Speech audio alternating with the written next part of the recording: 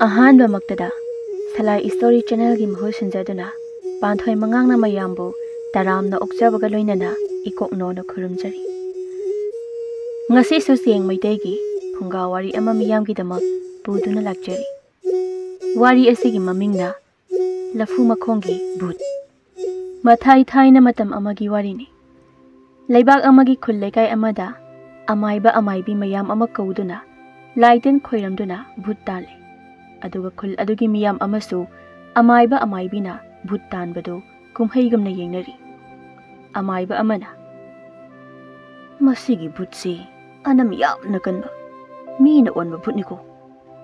Aikhoina phana kana khul asida amuk khana lagtana ba chatlona talabasune. Lafu makhong sida lafu se kolaga chatloina adum taw leireba.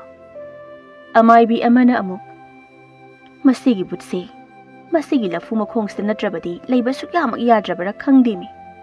Aikhoina khul asidagi chatkhinaba na koitan talabasu matam khara tuminna leiraga masigi lafu makhong sidagi hekta tholaklaga khul asida hekta karan tarakpa mana pamlibasisu karino pirage aduga khul asidagi chatkhro haibasu yadaba yengune mamit se aingonda kayada khana yengla inone hera masi tairel masasida Laisol di sol solaga padrat launa kan that keda butuna kalakanu ko horen noigi yumda ilaksa sani aduga noi aina pharak tajarak sani ko hera noi digi hena tamthiba but kaya fu duna talaga laiba amai bi tombi engondaga ki hange ga tawdana adudi phu thage da he khangbra nang chat ke hebra chalo hebra ayo Nine he amaibi, angaubi, chindum bis henda sopi.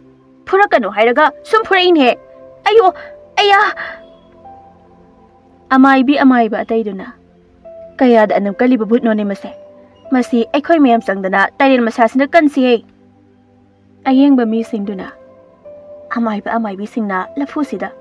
Tairil masasina kaliba sibu bhoota oidi jalo. Bhoot se tairil masasi yam kibo oira.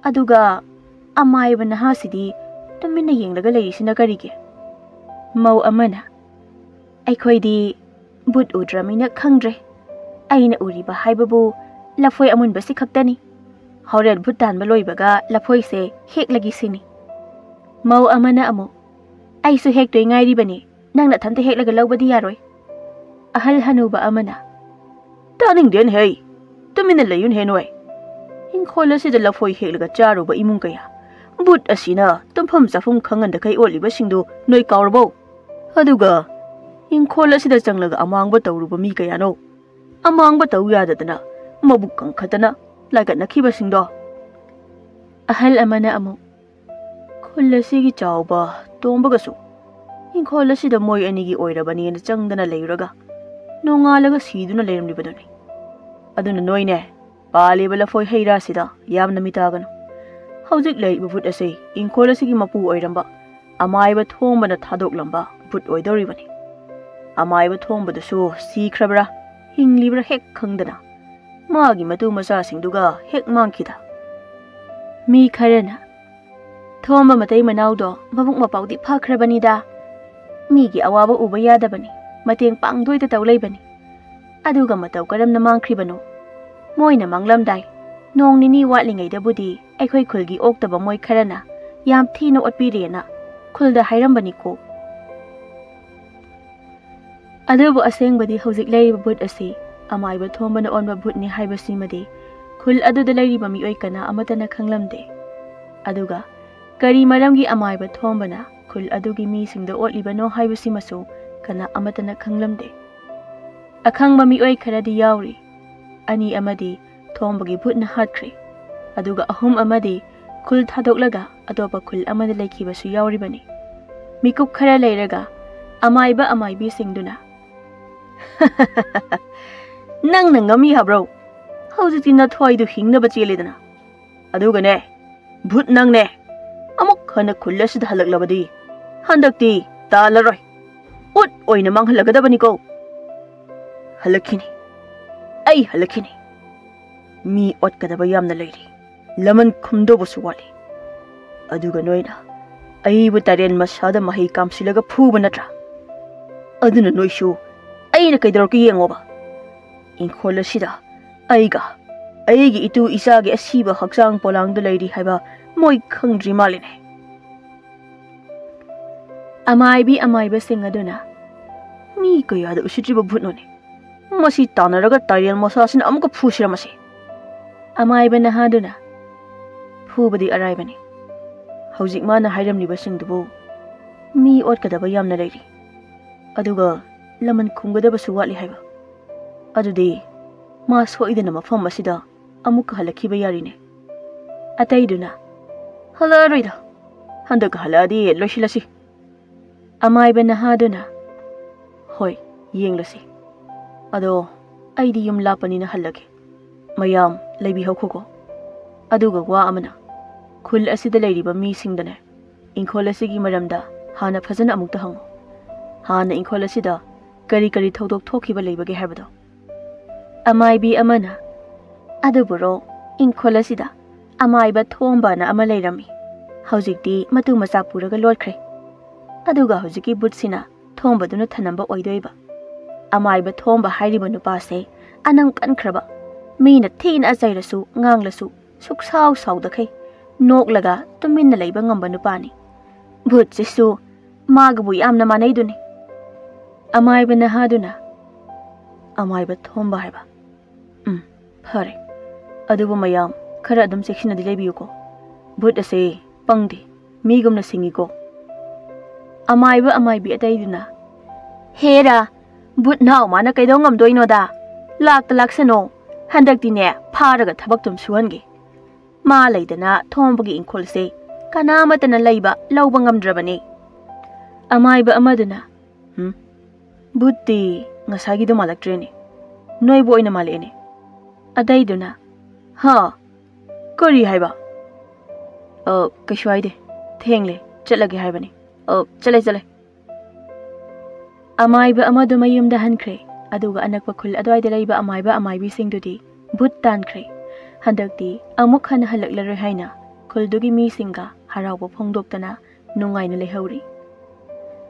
ꯁꯣꯝꯗꯅ ꯑꯃꯥꯏꯕ ꯊꯣꯝꯕꯅ ꯑꯣꯟꯕ ꯚꯨꯠ ꯑꯗꯨ ꯈꯨꯜꯗꯒꯤ ꯈꯔ ꯂꯥꯞꯅ ꯃꯥꯒꯤ ꯏꯪꯈꯣꯜ ꯑꯗꯨꯕꯨ ꯌꯦꯡꯗꯨꯅ ꯆꯪꯕꯗꯤ ꯉꯝꯗ ꯃꯇꯨꯒ ꯃꯆꯥꯒꯒꯤ ꯂꯩꯍꯧꯔꯤꯕ ꯊꯋꯥꯏ ꯌꯥꯎꯗ꯭ꯔꯕ ꯍꯛꯆꯥꯡ ꯑꯗꯨꯕꯨ ꯌꯦꯡꯖꯅꯤꯡꯅ ꯀꯞꯇꯨꯅ ꯂꯩꯔꯤ.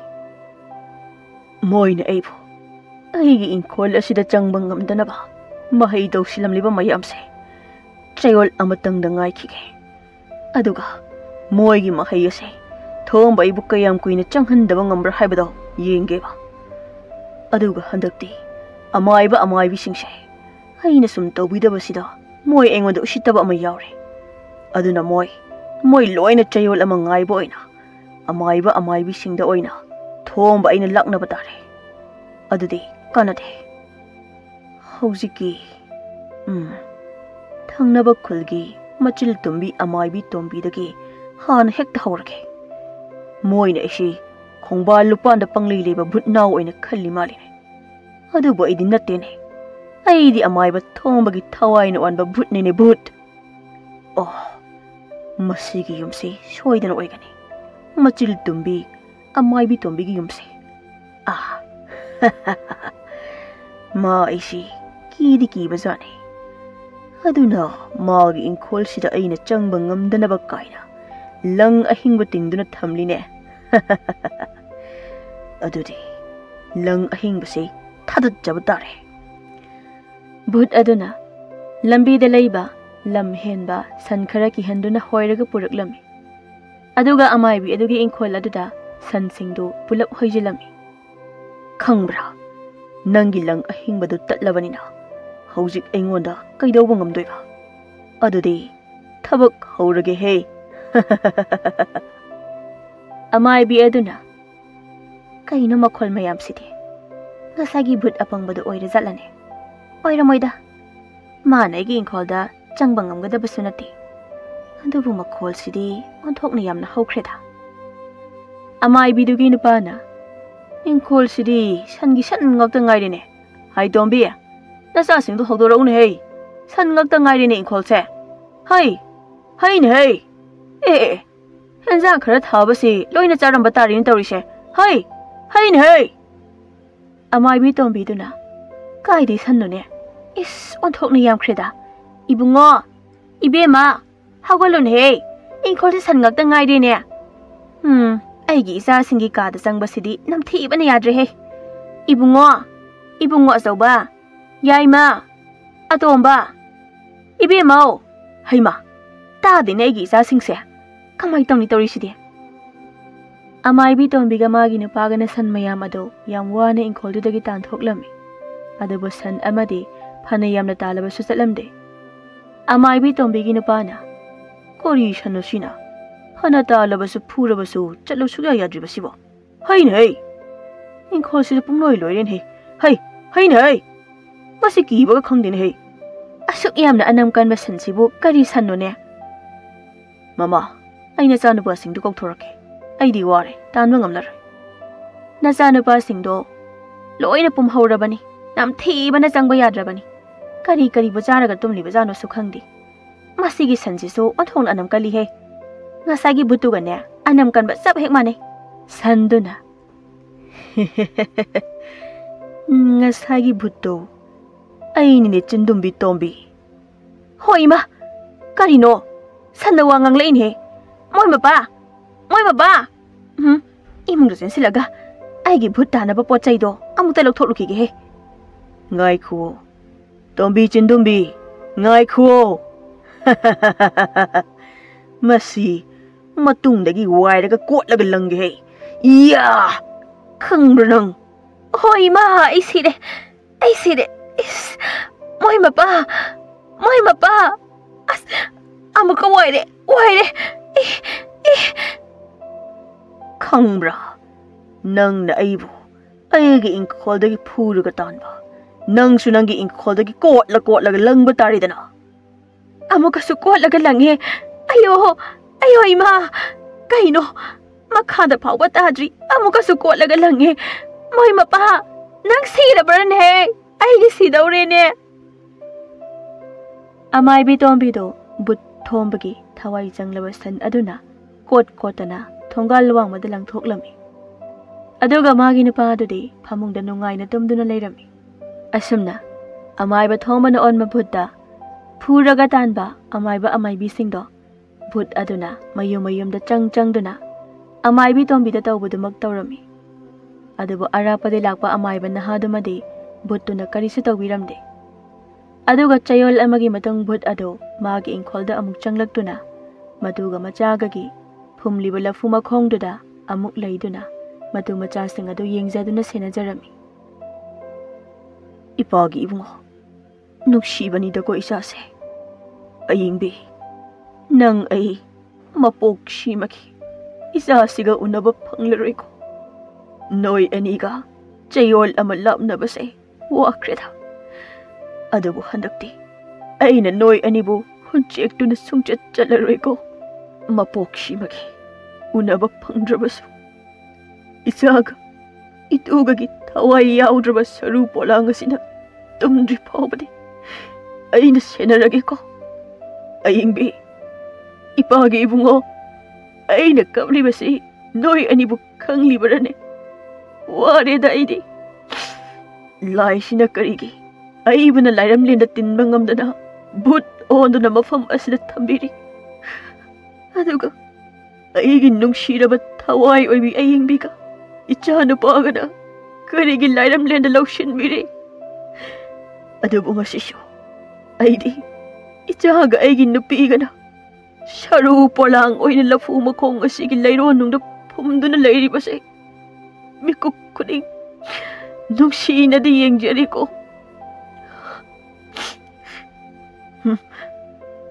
kappagi matam nate Patraba moi ahumadu thiduna hana hattaba yade madu oirabade aigi bhut olaba thawai ase lairam lenda tinduna aigi isaga nupigada amuk hana unaba phangadoribane aduna fattaba mi hatba moi ahumadu thiraga hattaba sukya yade ayingbe nang ibungoga aibungairam khoko aina mingonda landaba mak oirabade mathang mapok langonda amuk laiminasiko ado aina chayol amamuktangdi इंखोल असिदा लेइतबदा अइगी लफोई लउ खरदी मांगिशे भूत अदुना मचागा मागी नुपीगा फत्रबा मीसिंगदुना हातुना फुमजिनबिरमलबा लफु मखोंग अदुदा कपतुना लेरिंगै लफोई हुरानबा अपंगबा मतै मनाव अमगा तोखाइना लाकबा mama अमगा दु उरमी मोय अनिगिशे अइगी इंखोलदा पालिबा हावबा लफोई मयामसि हुरानबा लाइबा मालिने ए अमसिना कनानो मादि मथंदनिने अदुसु नुपीनिने लाओ लाओ खंगनीदना नोय अइगी इसागा अइगी नुपीगा अइगा पुन्ना फत्रबा मीसिंगदुना खोंग खुट पुनसिंदुना हतलमदाइगी मतमदा अइना लेकाई तानबा थवाई कनबिनबा लाउखिबा मतमदा लेकाई असिगी मिओइ कना अमतना अइखोइबु कनबिबा लाखितबने अदुगा हौजिना इंखोलसिदा कना अमता लेइट्रेना अइगी लफोइसि हुरानबा लाक्लिबनिने लाउ लाउ ngasi di aigi lafoi huran basing si thabak tawgi khangani huran bana paduna tarel masado chena payuko aina lafoi heklingai da but puthola ba tarel masadun hekta kan thaluko but sei tarel masa uba yada bani ki dana ko chen chen bani ai su khangi he nong ti gi hanjal hanjal adum hai aduga ne haujiti but amata leitra bani phuraga ne amai bi na tan khra bani hoi ne ai su khangi ne nang na ingonda amuk taksilakanu ne hoi se lafoi du hana amuk te hekho khulgi hal sing ne hekpa yaroi inkhol asida kan amata changba yaroi na thingli bani na phat heklaga phat launu sakhrase aduga hayeng su ipam da puraga yolu se hoi hoi ngasai nungthil aina swaida lafoi la u mari manga pal hobani ne oh lere ai heklake nang o ko nupi hoi hoi bhuttona moy ani sidi aina sidringai da so aigi inkhol da hek huran balakba matai manaw du oile ramene moy ani si huran batana tana migi imung khatna hanba imung thugai basu yamna haibani ne adu bunga sidi noy ani nungai ni tana aduga huran min pi amadudi kadai da lekre madi lafoi karai da pali khangdadana ada chatkrene adunadi moy ahum si lakmina banatine mana to khaina lakbo oiredana adudi nangsu leiram moy ani si hana thabak toke aduga nangamuk hural ba matai manawdo masigi lafu usimadi karananda to leire pangi he masigi nupasidi nutigi so aine lafu da bukanana karaga lafoi hekna ge ba lafu se thang du ni yalaga tu hallo hana hoine aidi kaurure wakhal se yongsa kar ge hekpai wakhal da leire e koino masigi lafu sidi thang jang din he nupi thang ni yan ba jang dine ngasi di lafu se aidi masigi nu pa sidi ba kadai thang du piro ayan ge e asengki su yan ba jang dine nu pa aina haidra jang da bani na butuna ai amuk yan ge kadai thang do piro hoi khara kan yalu ko kari lafu no bo khangdi ne thang ni yan ba jang da bala fusi bo ai ni yalaga khanglani nupa duna kona duna nang na lafu yalon thang pi du bo kai no nang wanda na tro ai na hoji thang piram li ba du bo ai di sida lep leraga adudi kana no engon dagi lafu yan ge na thang lokri du bo but oira salo nupi lang khrida ko no yani se lafoi yalabani lawro tu bhutuna lafu makhong dagi lafoi lau ama yalaga makhut ani duga makoka do lamuk sangna tingthori masana lafu makhong da lehawi aduga phibam kaina huranba matai manaw duda se lafoi shi lawro matai manaw do hoi ma sidi bhutne kari phibam no ki bani yatre nupi tarel masadu di tarel masaga tokro thawai hingda ba sense ngasi di chen ba yaroye lafoi cha khi ga dabane noi ani lafoi yare lafoi pamdre lekai aikhoi bungda kan biyo thomba ge inkhol da leiba buto amuk hale matai manaw aduna phanan lawrabasu kana amatana tabidre. Aduna bhoot aduna matai manaw ado lafu da pullaga aroibida dam dam launa putharami. Matai manaw ado kibaga na mafam aduda adum nganthakre. Aduga bhoot aduna huranbi nupi amadugi manakta amuk laklami. Huranbi nupi dumadi kimandana chenba sungamda thak thak niktuna kapaga leirami. Aigi isa singdo ngasigi mabukta chak maru amatta tadabaduda laphoi se heklaga isagi mabuk thalhange na lakpani. Ai bangak biyo ai amuk hana laphoi huran bala aroye. Madi masak khangine. Mi su yamna phabani. Mapuroi basu mabuk phamandana. Mi gi mateng pangna bo hotnabada sikhrabani ne. Aduga karigino mana laphoi huran balaklibani. Adu su aigi inkhol sida. Karino mana kapaga haisina. Ihe macha ahum la mari rasu laigum tawbani ne. Masa singdu chara henduna laphoi huran bala iba oireko. Adudi laphoi lau ama heklaga pibirake. Itaima kapkanu se. Oh ima butne ai lale. Aigi pibam se ubada ki khramalene. Itaima ki ganune. Ai se inkhola sigi mapu amai ba thombani ne. Phaddaba mi dabu aina yadabagi wani. Itaima hoigombi aphaba mi dadi aina kaishu tawdabani da. Thombadi inkhol sida but thajilam laga magi nupiga machaga puraga chenkrabadaine. Kanana hariba itaima ai chendene. Wari si ai kona lirake. Ado itaima aigi thabak amata tawbigera. Itaima na aigi thabak tawbirabadine. Nungtigi itaima gi laphoi lau amamam thilakke. Kari thabak no haise. Aikhoi khunda hana leiramba. Haujik na mayum hongduna lotkraba khabane kunjone. Aduga amaiba ibombine. Moi ahumgi leifamdo amukta thiraga aingonda takpirabadi. Itaimagi angang na chara hendanaba aigi inkhol da paliba laphoi da natana haira mayam sai. Itaimada aina loina pisake. Tawbatabo moi ahumgi leifamdo thiraga aingonda amukta takpiyo. Aibu mangla taibangla ne ngasi aina tauriba sibo. Mangnate taibangni itaima. Aduna aina haujik haibado kawbiganu ko itaima. Itaima na madu kawbidrabadi itaima su kanaba aishu kanaba. Itaima lafu la usi ai itaima gi yum phabo pubirake. Itaima na thangba ngamlaroiba. Lao itaima. Bhuttuna lafoi la u adu thangduna nupidu ga wari sasaduna lai. Aduga nupidu gi mangol phaba thinbiramlaga bhoot aduna khul aduda tamna dana amuk chatkirami. Lairabi nupi adudi macha singduga lafoido chaminaduna bhootuna hairamba wa singdugi matangda wakhal khalami. Aduga chayol ama mukti bhootuna khul aduda tamnabaga otpagada khangba ngamdraduna bhoot adu tanaba amaibi sing amuk kaurami. Aduba amaibi kana amata kiduna lakhidre. Akonbada arapagi amaiba hanagi nupaduna yabirakduna mathanda laklami.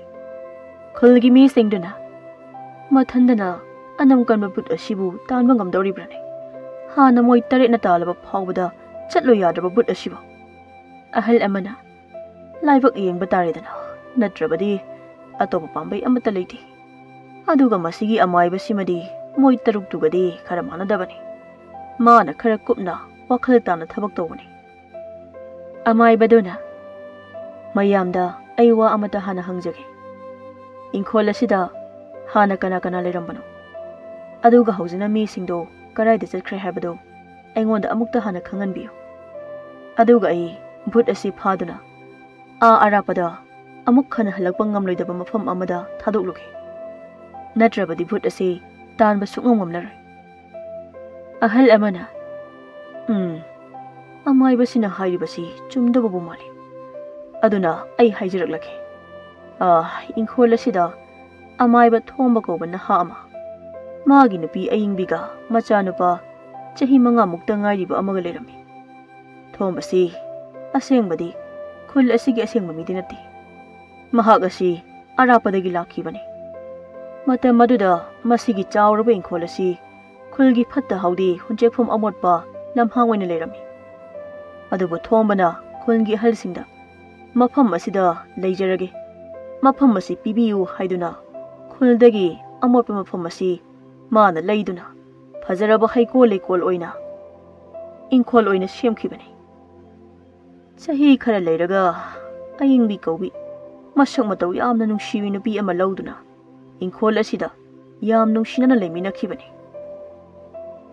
ꯑꯣ ꯑꯗꯣ ꯍꯧꯖꯤꯛꯇꯤ ꯊꯣꯝꯕꯒ ꯃꯥꯒꯤ ꯅꯨꯄꯤ ꯑꯉꯥꯡꯒꯗꯤ ꯀꯗꯥꯏꯗ ꯂꯩꯈ꯭ꯔꯕ ꯆꯍꯤ 2 ꯍꯦꯜꯂꯝꯃꯗ꯭ꯔꯥ ꯊꯣꯝꯕꯒ ꯃꯥꯒꯤ ꯅꯨꯄꯤ ꯑꯉꯥꯡꯒꯅ ꯃꯐꯝ ꯈꯪꯗꯅ ꯃꯥꯡꯂꯤꯕꯁꯦ ꯀꯗꯥꯏꯗ ꯆꯠꯈ꯭ꯔꯤꯕꯅꯣ ꯍꯥꯏꯕꯁꯨ ꯀꯅꯥ ꯑꯃꯠꯇ ꯈꯪꯗ꯭ꯔꯤ ꯃꯥꯅ ꯃꯐꯝ ꯈꯪꯗꯅ ꯃꯥꯡꯈ꯭ꯔꯕ ꯃꯇꯨꯡꯗꯒꯤꯗꯤ ꯈꯨꯜ ꯑꯁꯤꯗ ꯕꯨꯠ ꯊꯣꯛꯇꯨꯅ ꯑꯣꯜꯂꯛꯂꯤꯕꯁꯤꯅꯤ ꯑꯗꯨꯒ ꯏꯪꯈꯣꯜ ꯑꯁꯤꯗ ꯈꯨꯜ ꯑꯁꯤꯒꯤ ꯃꯤ 2 ꯑꯃꯁꯨ ꯁꯤꯈ꯭ꯔꯦ ꯈꯔ ꯑꯃꯅ ꯋꯥꯈꯜ ꯖꯣꯏꯕ ꯌꯥꯎꯈ꯭ꯔꯦ ꯑꯗꯨꯒ ꯏꯃꯨꯡ 3 ꯑꯃꯗꯤ ꯆꯦꯟꯈꯤꯕꯗꯒꯤ ꯍꯧꯖꯤꯛ ꯐꯥꯎꯕ ꯈꯨꯜ ꯑꯁꯤꯗ ꯍꯟꯖꯤꯜꯂꯛꯈꯤꯗ꯭ꯔꯕꯅꯤꯅꯦ ꯃꯁꯤ ꯄꯨꯝꯕ ꯊꯣꯝꯕ ꯍꯥꯏꯔꯤꯕ ꯑꯃꯥꯏꯕꯁꯤꯅ ꯊꯥꯗꯣꯛꯂꯝꯕ ꯕꯨꯠꯁꯤꯅ ꯊꯣꯛꯍꯜꯂꯤꯕ ꯉꯥꯛꯇꯅꯤꯅꯦ ꯑꯃꯥꯏꯕ ꯊꯣꯝꯕ ꯍꯥꯏꯔꯤꯕ ꯃꯤꯁꯦ ꯌꯥꯝꯅ ꯐꯠꯇꯕ ꯃꯤ ꯑꯃ ꯑꯣꯏꯕ꯭ꯔꯥ ꯃꯥꯒ ꯈꯨꯜꯒ ꯅꯨꯡꯉꯥꯏꯅꯗꯕ ꯌꯥꯝꯅ ꯂꯩꯈꯤꯕ꯭ꯔꯥ ꯑꯃꯥꯏꯕ ꯑꯗꯨꯒꯤ ꯄꯥꯎꯈꯨꯝꯗ ꯈꯨꯜ ꯑꯗꯨꯒꯤ ꯃꯣꯏ ꯈꯔꯅ ꯊꯣꯝꯕꯕꯨ ꯐꯠꯇꯦ ꯍꯥꯏꯔꯝꯃꯤ ꯑꯗꯨꯒ ꯈꯔ ꯑꯃꯅ ꯌꯥꯝꯅ ꯐꯩ ꯍꯥꯏꯅ ꯍꯥꯏꯔꯝꯃꯤ ꯑꯗꯨꯕꯨ ꯑꯁꯦꯡꯕꯗꯤ ꯑꯃꯥꯏꯕ ꯊꯣꯝꯕ ꯍꯥꯏꯔꯤꯕ ꯅꯨꯄꯥꯁꯤ ꯌꯥꯝꯅ ꯐꯕ ꯃꯤꯒꯤ ꯃꯇꯦꯡ ꯌꯥꯝꯅ ꯄꯥꯡꯕ ꯃꯥꯒꯤ ꯅꯨꯄꯤ ꯑꯉꯥꯡꯁꯤꯡꯕꯨ ꯌꯥꯝꯅ ꯂꯨꯅ ꯇꯧꯕ ꯅꯨꯄꯥ ꯑꯃꯅꯤ ꯃꯥꯕꯨ ꯐꯠꯇꯦ ꯍꯥꯏꯔꯤꯕ ꯃꯤꯁꯤꯡꯁꯤ ꯃꯤꯋꯥ ꯉꯥꯡꯅꯕ ꯃꯤꯒꯤ ꯍꯔꯥꯎꯕ ꯅꯨꯡꯉꯥꯏꯕꯗ ꯀꯜꯂꯛꯄ ꯃꯁꯥ ꯃꯁꯥꯗꯤ ꯅꯨꯡꯉꯥꯏꯕ ꯐꯪꯖꯗꯕ ꯃꯤ ꯉꯥꯛꯇꯅꯤ ꯑꯗꯨꯒ ꯐꯩ ꯍꯥꯏꯔꯤꯕ ꯃꯤꯁꯤꯡꯁꯤꯅ ꯊꯣꯝꯕꯒꯤ ꯄꯨꯛꯆꯦꯜ ꯈꯪꯕ ꯑꯐꯕ ꯃꯤꯁꯤꯡꯅꯤ ꯑꯃꯥꯏꯕ ꯑꯗꯨꯅ ꯑꯅꯤꯃꯛꯀꯤ ꯋꯥ ꯇꯥꯔꯕ ꯃꯇꯨꯡꯗ ꯚꯨꯠ ꯊꯣꯛꯄ ꯏꯪꯈꯣꯜ ꯑꯗꯨꯒꯤ ꯂꯐꯨ ꯃꯈꯣꯡ ꯑꯗꯨꯗ ꯆꯪꯂꯝꯃꯤ ꯑꯗꯨꯒ ꯁꯣꯔ ꯁꯥꯡꯅ ꯍꯣꯜꯂꯒ ꯂꯥꯏꯕꯛ ꯌꯦꯡꯂꯒꯦ ꯑꯁꯦꯡꯕꯃꯛꯀꯤ ꯊꯣꯝꯕ ꯍꯥꯏꯔꯤꯕ ꯃꯤꯗꯨꯅ ꯑꯐꯕ ꯃꯤ ꯑꯃ ꯑꯣꯏꯔꯝꯂꯕꯗꯤ ꯑꯩꯉꯣꯟꯗ ꯀꯩꯁꯨ ꯇꯧꯔꯣꯏ ꯑꯗꯨꯒ ꯀꯔꯤꯒꯨꯝꯕ ꯐꯠꯇꯕ ꯃꯤ ꯑꯣꯏꯔꯝꯂꯕꯗꯤ ꯉꯁꯤꯒꯤ ꯑꯍꯤꯡꯁꯤꯗ ꯑꯩꯅ ꯚꯨꯠ ꯐꯥꯕ꯭ꯔꯥ ꯚꯨꯠꯅ ꯑꯩ ꯐꯥꯗꯨꯅ ꯍꯥꯠꯈꯤꯕ꯭ꯔꯥ ꯑꯃꯗꯤ ꯇꯧꯔꯅꯤ ꯈꯨꯟꯒꯤ ꯑꯍꯜꯁꯤꯡꯗꯨꯅ ꯀꯩꯗꯧꯔꯦ ꯑꯃꯥꯏꯕ ꯇꯨꯃꯤꯟꯅ ꯊꯣꯛꯂꯛꯂꯕꯗꯤ ꯅꯪꯁꯨ ꯉꯝꯂꯔꯣꯏ ꯍꯥꯏꯔꯤꯕ꯭ꯔꯥ ꯏꯄꯨ ꯃꯌꯥꯝ ꯉꯁꯤꯗꯤ ꯚꯨꯠ ꯑꯁꯤ ꯑꯍꯤꯡꯗ ꯑꯣꯏꯅ ꯊꯦꯡꯅꯖꯔꯒꯦ ꯍꯧꯖꯤꯛꯇꯤ ꯀꯌꯥ ꯅꯨꯡꯉꯥꯏꯒꯗꯕ ꯃꯥꯟꯗ꯭ꯔꯦ ꯑꯗꯨꯅꯅꯤ ꯍꯥ ꯑꯍꯤꯡꯗ ꯍꯥꯏꯕ ꯏꯕꯨꯡꯉꯣ ꯑꯃꯥꯏꯕ ꯍꯣꯏ ꯑꯗꯣ ꯃꯌꯥꯝ ꯑꯗꯨꯝ ꯌꯨꯝꯗ ꯄꯣꯊꯥꯗꯨꯅ ꯑꯗꯨꯝ ꯂꯩꯕꯤꯌꯨꯗ ꯍꯌꯦꯡ ꯅꯣꯡꯉꯥꯜꯂꯛꯄꯗ ꯀꯔꯤꯒꯨꯝꯕ ꯑꯩꯅ ꯐꯠꯇ ꯅꯨꯡꯗ ꯊꯣꯛꯂꯝꯕ ꯇꯥꯔꯕꯗꯤ ꯚꯨꯠ ꯑꯁꯦ ꯑꯃꯨꯛ ꯍꯟꯅ ꯇꯥꯟꯕꯤꯔꯨꯔꯅꯨ ꯑꯗꯨꯏ ꯁꯔꯨꯛ ꯈꯨꯜ ꯑꯁꯦ ꯊꯥꯗꯣꯛꯇꯨꯅ ꯃꯐꯝ ꯆꯥꯕ ꯑꯃ ꯌꯦꯡꯂꯒ ꯆꯠꯈꯤꯕꯗꯨꯅ ꯐꯒꯅꯤ ꯑꯗꯨꯒ ꯑꯩꯅ ꯇꯦꯛꯇ ꯀꯥꯏꯗꯅ ꯂꯩꯔꯝꯂꯕꯗꯤ ꯈꯨꯜ ꯑꯁꯤꯗ ꯚꯨꯠ ꯑꯁꯤꯒꯤ ꯑꯀꯤꯕ ꯑꯋꯥꯕ ꯑꯃꯨꯛ ꯍꯟꯅ ꯊꯦꯡꯅꯔꯣꯏꯗꯕꯅꯤ ꯑꯃꯥꯏꯕ ꯑꯗꯨꯒꯤ ꯋꯥꯗꯨ ꯇꯥꯔꯒ ꯈꯨꯜ ꯑꯗꯨꯒꯤ ꯃꯤꯄꯨꯝ ꯈꯨꯗꯤꯡꯃꯛ ꯑꯀꯤꯕ ꯐꯥꯎꯅꯔꯝꯃꯤ ꯑꯁꯨꯝꯅ ꯅꯨꯃꯤꯗꯥꯡ ꯑꯣꯏꯕꯒ ꯈꯨꯜ ꯑꯗꯨꯒꯤ ꯃꯤꯄꯨꯝ ꯈꯨꯗꯤꯡꯃꯛꯅ ꯃꯥꯒꯤ ꯃꯄꯥꯟ ꯃꯄꯥꯟ ꯊꯣꯛꯅꯗꯅ ꯊꯣꯡ ꯊꯣꯡꯅꯥꯎ ꯂꯣꯟꯁꯤꯟꯅꯗꯨꯅ ꯂꯩꯅꯈ꯭ꯔꯦ ꯑꯗꯨꯒ ꯑꯃꯥꯏꯕ ꯑꯗꯨꯗꯤ ꯚꯨꯠ ꯊꯣꯛꯄ ꯂꯐꯨ ꯃꯈꯣꯡꯗꯨꯗ ꯂꯥꯏ ꯇꯤꯟ ꯈꯣꯏꯔꯝꯅꯕ ꯁꯦꯝ ꯁꯥꯗꯨꯅ ꯂꯩꯔꯤꯉꯩ ꯂꯥꯏꯔꯕꯤ ꯅꯨꯄꯤ ꯑꯗꯨ ꯃꯊꯟꯗ ꯑꯃꯥꯏꯕꯒꯤ ꯃꯅꯥꯛꯇ ꯂꯥꯛꯂꯝꯃꯤ ꯑꯗꯨꯒ ꯚꯨꯠ ꯑꯗꯨꯅ ꯃꯣꯏ ꯃꯤ 3ꯒꯤ ꯂꯩꯐꯝ ꯇꯥꯛꯄꯤꯌꯨ ꯍꯥꯏꯅ ꯁꯤꯟꯅꯔꯛꯄ ꯋꯥꯗꯨꯁꯨ ꯇꯝꯂꯝꯂꯒ ꯑꯃꯨꯛ ꯆꯠꯈꯤꯔꯝꯃꯤ ꯑꯍꯤꯡ ꯃꯇꯝ ꯌꯧꯔꯛꯄꯒ ꯑꯃꯥꯏꯕ ꯑꯗꯨꯅ ꯚꯨꯠ ꯑꯗꯨ ꯀꯧꯕ ꯍꯧꯔꯝꯃꯤ ꯚꯨꯠꯇꯨꯅ ꯉꯁꯥꯏꯗꯩ ꯌꯦꯡꯒꯦꯅ ꯌꯦꯡꯕꯅꯤ ꯃꯁꯤꯒꯤ ꯑꯃꯥꯏꯕꯁꯤꯃꯗꯤ ꯇꯣꯞ ꯇꯣꯞꯄꯤ ꯃꯕꯨꯛꯆꯦꯜ ꯁꯦꯡꯅ ꯊꯕꯛ ꯇꯧꯕ ꯃꯤ ꯃꯥꯜꯂꯤꯅꯦ ꯑꯗꯨꯅ ꯑꯩꯅ ꯊꯤꯔꯤꯕ ꯃꯤꯁꯤ ꯃꯉꯣꯟꯗ ꯑꯣꯏꯅ ꯁꯤꯟꯅꯕꯅ ꯐꯗꯣꯏꯔꯅꯦ ꯃꯑꯣꯡ ꯌꯦꯡꯂꯒꯦ ꯀꯔꯤꯒꯨꯝꯕ ꯈꯗ꯭ꯔꯛꯀꯤ ꯑꯃꯥꯏꯕ ꯑꯣꯏꯔꯝꯂꯕꯗꯤ ꯅꯪ ꯉꯁꯤ ꯑꯩꯒꯤ ꯈꯨꯠꯇ ꯂꯣꯏꯔꯦ ꯈꯪꯉꯣ ꯑꯃꯥꯏꯕ ꯑꯗꯨꯅ ꯊꯣꯛꯂꯛꯂꯣꯅꯦ ꯊꯣꯝꯕ ꯑꯩ ꯈꯪꯉꯤꯅꯦ ꯅꯪ ꯉꯁꯥꯏꯗꯒꯤ ꯑꯩꯕꯨ ꯌꯦꯡꯂꯤ ꯍꯥꯏꯕ ꯑꯗꯨꯒ ꯅꯪ ꯂꯥꯏ ꯐꯠꯇꯕꯅ ꯊꯥꯗꯣꯛꯄ ꯚꯨꯠ ꯅꯠꯇꯦ ꯊꯣꯝꯕꯒꯤ ꯊꯋꯥꯏꯅ ꯑꯣꯟꯕ ꯚꯨꯠꯅꯤ ꯍꯥꯏꯕꯁꯨ ꯑꯩ ꯈꯪꯉꯤꯅꯦ ꯂꯥꯛꯑꯣ ꯊꯣꯛꯂꯛꯑꯣ ꯋꯥꯔꯤ ꯁꯥꯁꯤꯅꯦ ꯅꯪꯗꯤ ꯀꯃꯥꯏꯅ ꯈꯪꯂꯤꯕ ꯑꯩꯁꯦ ꯊꯣꯝꯕꯅꯦ ꯍꯥꯏꯕꯗꯤ ꯍꯩꯁ ꯈꯪꯕ꯭ꯔꯥ ꯈꯪꯉꯦ ꯈꯪꯕ꯭ꯔꯥ ꯅꯪ ꯑꯩ ꯀꯤꯕ꯭ꯔꯥ ꯀꯤꯔꯗꯤ ꯀꯔꯤꯒꯤ ꯑꯩꯒꯤ ꯏꯅꯥꯛꯇ ꯂꯥꯛꯂꯤꯕꯅꯣ ꯅꯪ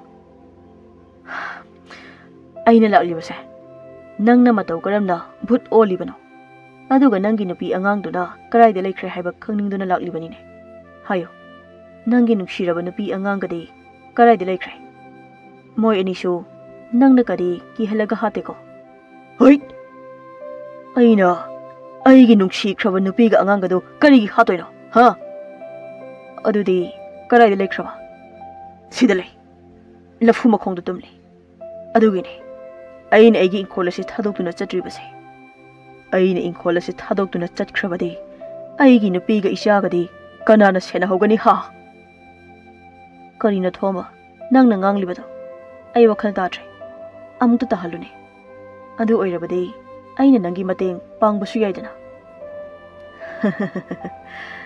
ꯑꯁꯦꯡꯕꯒꯤ ꯅꯪ ꯑꯩꯒꯤ ꯃꯇꯦꯡ ꯄꯥꯡꯅꯤꯡꯕꯔꯅꯦ ꯑꯗꯨ ꯑꯣꯏꯔꯕꯗꯤ ꯇꯥꯔꯣꯀꯣ ꯑꯁꯦꯡꯕꯗꯣ ꯑꯩ ꯅꯪꯉꯣꯟꯗ ꯍꯥꯏꯔꯒꯦ ꯈꯨꯜ ꯑꯁꯤꯗ ꯂꯩꯔꯝꯕ ꯌꯥꯝꯅ ꯐꯠꯈꯤꯗ꯭ꯔꯕ ꯃꯣꯏ ꯃꯉꯥ ꯈꯥꯕ ꯀꯨꯟꯖꯣ ꯏꯕꯣꯝꯕꯤ ꯆꯥꯎꯕ ꯑꯃꯗꯤ ꯇꯣꯝꯕ ꯃꯣꯏ ꯃꯉꯥꯅ ꯑꯩ ꯑꯃꯗꯤ ꯑꯩꯒꯤ ꯅꯨꯄꯤꯒ ꯑꯉꯥꯡꯒ ꯇꯝꯊꯤꯅ ꯍꯥꯠꯇꯣꯛꯄꯤꯔꯒ ꯃꯁꯤꯒꯤ ꯂꯐꯨ ꯃꯈꯣꯡ ꯑꯁꯤꯗ ꯐꯨꯝꯖꯤꯟꯕꯤꯔꯝꯂꯤꯕꯅꯤꯅꯦ ꯑꯗꯨꯕꯨ ꯆꯥꯎꯕꯒ ꯇꯣꯝꯕꯒꯗꯤ ꯑꯩꯅ ꯈꯨꯠꯄꯦꯟꯅ ꯍꯥꯠꯈ꯭ꯔꯦ ꯍꯧꯖꯤꯛ ꯃꯣꯏ ꯑꯍꯨꯝ ꯈꯛꯇ ꯉꯥꯏꯔꯦ ꯃꯣꯏ ꯑꯍꯨꯝꯗꯨꯒ ꯍꯥꯠꯂꯒ ꯑꯩ ꯂꯥꯏꯔꯝꯂꯦꯟꯗ ꯑꯩꯒꯤ ꯅꯨꯄꯤ ꯑꯉꯥꯡꯒꯤ ꯃꯅꯥꯛꯇ ꯆꯠꯈ꯭ꯔꯒꯦ ꯇꯧꯕꯅꯤ ꯑꯗꯨꯕꯨ ꯃꯣꯏ ꯑꯍꯨꯝꯗꯨ ꯆꯦꯟꯈ꯭ꯔꯦ ꯂꯣꯠꯈ꯭ꯔꯦ ꯑꯗꯨꯅꯅꯦ ꯑꯩꯅ ꯃꯐꯝ ꯑꯁꯤꯗ ꯚꯨꯠ ꯑꯣꯟꯗꯨꯅ ꯂꯩꯔꯤꯕꯁꯦ ꯅꯪꯒꯤ ꯋꯥꯔꯤꯁꯤꯅ ꯑꯁꯦꯡꯕ ꯑꯣꯏꯔꯕꯗꯤ ꯀꯔꯤ ꯃꯔꯝꯒꯤ ꯃꯣꯏ ꯃꯉꯥꯗꯨꯅ ꯅꯣꯏꯕꯨ ꯍꯥꯠꯂꯤꯕꯅꯣ ꯆꯥꯎꯕꯒ ꯇꯣꯝꯕꯒꯅ ꯑꯩꯒꯤ ꯏꯪꯈꯣꯜ ꯑꯁꯤ ꯄꯥꯝꯕꯒꯤ ꯃꯣꯏꯒꯤ ꯑꯣꯏꯅꯤꯡꯕꯒꯤ ꯑꯗꯨꯒ ꯃꯣꯏ ꯑꯍꯨꯝꯗꯨꯅ ꯑꯩꯒꯤ ꯅꯨꯄꯤꯕꯨ ꯄꯥꯝꯕꯒꯤ ꯃꯣꯏꯒꯤ ꯃꯇꯨ ꯑꯣꯏꯅꯤꯡꯕꯒꯤ ꯃꯣꯏ ꯌꯥꯝꯅ ꯐꯠꯇꯕ ꯃꯤꯅꯤ ꯑꯩꯅ ꯍꯤꯡꯂꯤꯉꯩ ꯃꯇꯝꯗ ꯅꯨꯃꯤꯗꯥꯡ ꯈꯨꯗꯤꯡꯒꯤ ꯍꯤꯗꯥꯛ ꯉꯥꯎꯗꯨꯅ ꯑꯩꯒꯤ ꯌꯨꯝꯗ ꯂꯥꯛꯂꯒ ꯑꯩꯒꯤ ꯅꯨꯄꯤ ꯑꯉꯥꯡꯗ ꯑꯣꯠꯄ ꯑꯩꯕꯨ ꯐꯨꯗꯨꯅ ꯀꯤꯍꯟ ꯈꯪꯍꯟꯕ ꯀꯌꯥ ꯇꯧꯈꯤ ꯃꯗꯨꯗ ꯑꯩꯅ ꯈꯨꯜꯒꯤ ꯑꯍꯜꯁꯤꯡꯗꯁꯨ ꯃꯣꯏ ꯃꯉꯥꯒꯤ ꯃꯌꯨꯝꯒꯤ ꯑꯍꯜꯁꯤꯡꯗꯁꯨ ꯇꯥꯛꯈꯤ ꯑꯗꯨꯕꯨ ꯃꯣꯏꯅ ꯀꯔꯤꯃꯠꯇ ꯑꯩꯒꯤꯗꯃꯛ ꯇꯧꯕꯤꯕ ꯉꯝꯈꯤꯗꯦ ꯑꯗꯨꯅꯅꯦ ꯑꯩꯅ ꯈꯨꯜ ꯑꯁꯤꯒꯤ ꯃꯤꯁꯤꯡꯗ ꯑꯣꯠꯂꯤꯕꯁꯦ ꯃꯣꯏ ꯑꯍꯨꯝ ꯑꯗꯨ ꯐꯪꯗ꯭ꯔꯤꯕ ꯐꯥꯎꯕ ꯑꯣꯠꯁꯨ ꯑꯣꯠꯈꯤꯅꯤ ꯑꯣ ꯁꯤꯒꯤ ꯑꯣꯏꯔꯦ ꯅꯨꯃꯤꯠ ꯑꯗꯣ ꯅꯣꯡ ꯌꯥꯝ ꯀꯟꯅ ꯇꯥꯕ ꯅꯨꯃꯤꯗꯥꯡꯅꯤ ꯃꯣꯏ ꯃꯉꯥꯅ ꯑꯩꯒꯤ ꯊꯣꯡ ꯅꯝꯈꯥꯏꯗꯨꯅ ꯆꯪꯂꯛꯂꯒ ꯑꯩꯕꯨ ꯈꯣꯡ ꯈꯨꯠ ꯄꯨꯟꯗꯨꯅ ꯐꯨꯔꯒ ꯃꯄꯥꯟꯗ ꯂꯪꯊꯣꯔꯛꯈꯤꯕꯗꯣ ꯑꯗꯨꯒ ꯑꯩꯒꯤ ꯏꯆꯥꯒ ꯅꯨꯄꯤꯒꯅ ꯏꯃꯨꯡꯗ ꯃꯣꯏ ꯃꯉꯥꯅ ꯅꯨꯃꯤꯗꯥꯡ ꯑꯗꯨꯗ ꯑꯩꯅ ꯂꯩꯀꯥꯏ ꯇꯥꯅꯕ ꯑꯩꯈꯣꯏꯕꯨ ꯀꯟꯕꯤꯅꯕ ꯂꯥꯎꯈꯤꯕꯗꯣ ꯃꯇꯝ ꯑꯗꯨꯗ ꯃꯣꯏ ꯑꯃꯠꯇꯅ ꯑꯩꯒꯤ ꯅꯨꯄꯤ ꯑꯉꯥꯡꯕꯨ ꯀꯟꯕꯤꯕ ꯊꯣꯛꯂꯛꯈꯤꯗꯕꯗꯣ ꯑꯗꯨꯅꯅꯦ ꯑꯩꯅ ꯈꯨꯜ ꯑꯁꯤꯗ ꯂꯩꯔꯤꯕ ꯃꯤꯁꯤꯡꯗ ꯑꯣꯠꯂꯤꯕꯁꯦ ꯑꯗꯨꯒ ꯅꯨꯃꯤꯗꯥꯡ ꯑꯗꯨꯗ ꯑꯩꯈꯣꯏ ꯑꯍꯨꯝꯕꯨ ꯍꯥꯠꯂꯒ ꯂꯐꯨ ꯃꯈꯣꯡ ꯑꯁꯤꯗ ꯐꯨꯝꯖꯤꯜꯂꯝꯂꯤꯕꯅꯦ ꯍꯧꯖꯤꯛꯁꯨ ꯑꯩꯈꯣꯏ ꯑꯍꯨꯝꯒꯤ ꯁꯔꯨ ꯄꯣꯂꯥꯡ ꯑꯗꯣ ꯂꯐꯨ ꯃꯈꯣꯡ ꯑꯁꯤꯗ ꯂꯩꯔꯤꯅꯦ ꯑꯣ ꯑꯩ ꯍꯧꯖꯤꯛꯇꯤ ꯋꯥꯈꯜ ꯂꯣꯏꯅ ꯇꯥꯔꯦ ꯑꯗꯨꯗꯤ ꯑꯩ ꯅꯪꯅ ꯄꯥꯝꯂꯤꯕ ꯃꯣꯏ ꯑꯍꯨꯝꯗꯣ ꯅꯪꯉꯣꯟꯗ ꯄꯤꯔꯒꯦ ꯇꯧꯕꯇꯕꯨ ꯅꯪ ꯅꯨꯃꯤꯠ ꯈꯔꯅꯤꯗꯤ ꯇꯨꯃꯤꯟꯅ ꯂꯩꯕꯤꯌꯨ ꯃꯤꯁꯤꯡꯅ ꯅꯪ ꯂꯩꯇ꯭ꯔꯦ ꯍꯥꯏꯅ ꯈꯜꯍꯟꯕꯤꯌꯨ ꯑꯗꯨ ꯑꯣꯏꯔꯕꯗꯤ ꯅꯪꯅ ꯄꯥꯝꯂꯤꯕ ꯃꯣꯏ ꯑꯍꯨꯝꯗꯣ ꯅꯪꯉꯣꯟꯗ ꯊꯤꯔꯒ ꯄꯤꯔꯒꯦ ꯑꯁꯦꯡꯕꯔꯅꯦ ꯑꯃꯥꯏꯕ ꯅꯪꯅ ꯍꯥꯏꯔꯤꯕꯗꯣ ꯃꯗꯨꯅ ꯑꯁꯦꯡꯕ ꯑꯣꯏꯔꯕꯗꯤ ꯑꯩ ꯅꯪꯅ ꯍꯥꯏꯔꯤꯕꯗꯣ ꯌꯥꯔꯒꯦꯀꯣ ꯑꯁꯨꯝꯅ ꯑꯃꯥꯏꯕ ꯑꯗꯨꯒ ꯚꯨꯠ ꯑꯗꯨꯒ ꯌꯥꯅꯗꯨꯅ ꯅꯨꯃꯤꯠ ꯈꯔꯅꯤꯗꯤ ꯚꯨꯠ ꯑꯗꯣ ꯇꯨꯃꯤꯟꯅ ꯂꯩꯔꯝꯃꯤ ꯑꯗꯨꯅ ꯈꯨꯜꯒꯤ ꯃꯤꯁꯤꯡꯁꯨ ꯍꯔꯥꯎꯕꯇ ꯅꯠꯇꯅ ꯊꯣꯝꯕꯒꯤ ꯏꯪꯈꯣꯜꯗ ꯆꯪꯗꯨꯅ ꯂꯐꯣꯏ ꯆꯥꯕ ꯎꯍꯩ ꯋꯥꯍꯩ ꯍꯦꯛꯄ ꯀꯌꯥ ꯑꯃꯁꯨ ꯇꯧꯔꯝꯃꯤ ꯑꯗꯨꯒ ꯑꯃꯥꯏꯕ ꯑꯗꯨꯅ ꯀꯣꯛ ꯁꯥꯟꯅꯗꯨꯅ ꯐꯠꯇ꯭ꯔꯕ ꯈꯥꯕꯒ ꯀꯨꯟꯖꯣꯒ ꯏꯕꯣꯝꯕꯤꯒꯗꯨ ꯊꯤꯕꯁꯨ ꯐꯪꯂꯝꯃꯤ ꯃꯣꯏ ꯑꯍꯨꯝ ꯐꯪꯂꯕ ꯃꯇꯨꯡꯗ ꯑꯃꯥꯏꯕ ꯑꯗꯨꯅ ꯅꯨꯄꯤ ꯑꯃꯒꯤ ꯃꯇꯦꯡ ꯂꯧꯗꯨꯅ ꯃꯣꯏ ꯑꯍꯨꯝ ꯑꯗꯨ ꯅꯨꯄꯤꯗꯨꯅ ꯃꯣꯏꯊꯦꯝ ꯇꯧꯗꯨꯅ ꯉꯥꯎꯍꯜꯂꯒ ꯅꯣꯡꯃ ꯅꯨꯃꯤꯗꯥꯡ ꯑꯃꯗ ꯅꯨꯄꯤꯗꯨꯅ ꯃꯣꯏ ꯑꯍꯨꯝꯗꯨ ꯍꯤꯗꯥꯛ ꯇꯞꯇꯥꯒꯩ ꯄꯤꯊꯛꯂꯒ ꯊꯣꯝꯕꯒꯤ ꯏꯪꯈꯣꯜꯗ ꯄꯨꯔꯒ ꯊꯅꯝꯃꯤ ꯃꯗꯨꯗ ꯚꯨꯠ ꯑꯗꯨꯅ ꯍꯔꯥꯎꯗꯨꯅ ꯀꯝꯅꯣꯛ ꯅꯣꯛꯄ ꯃꯈꯣꯜꯗꯨꯅ khul ada thak thak nikna sukinarami. Asumna nongalakpadadi moi ahum ado bhoot aduna yam tamthina hatlaga thombagi ingkholda hauba yongsak pambi amada yalaga thamlami. Nongalakpadadi khulgi mi singdo pungangaknabata natana hen akiba su oikhre. Khulgi ahal sing aduna moi ahum sidi mataw karamna mafam asida laklaga siramlibano. Adusu moi ahum si mamisu amata yawdre mayasu yawdre makhong makhut singsisu mari loina chale. Asumaina bu kanana hatnagini. Ahal amana hatpani haibadi hekta yaroi uhawba natabanina. Adu ngaklibadi asuk koina khulday tumina mangluraga ngasi ayuk phibam thina siraga leiramlibasini. Adusu thombagi ingkholsida masi bhootuna pharaga puraklaga halibrasu khangreda siriba moisu apaba midi nate. Aina harise moigi sagaigi mi amuk taraga leiramdanane. Mau amana amai bela ine he mana bhoot talamlaba matungdani ne moi ahumna siribase. Ahal singduna aikhoina kaudana amai bana laisinadi maram khara soidana leiramgani. Mi ataina amai bana aikhoi mayamda wa haige hairine kari wabu oiriba jano. Hanobi amana bhoot masing yama ani aduna khulse thadoklaga chen khro kaina haira abadi to he aina thajiluriba pan mayamdo loina mangi. Ado kari wano haibadudi taraga yenglage.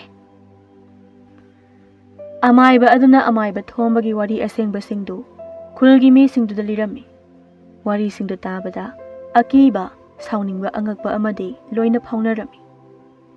Aduga wari loiraba matung lafu makhong adu tawduna thombaga magi nupiga angangagi saru polang adu lawthokduna laitin khoiramduna mathau mangam phajana pangthokpirami. Madugi matungdagidi thombagi thawaisu lairamlenda magi nupi angangi manakta satuna mathang mapok langon amagidama ngaiminaduna leikhirami. Aduga khulladusu ing tappa akiba leitaba khul ama oiduna nungaina leikhirami.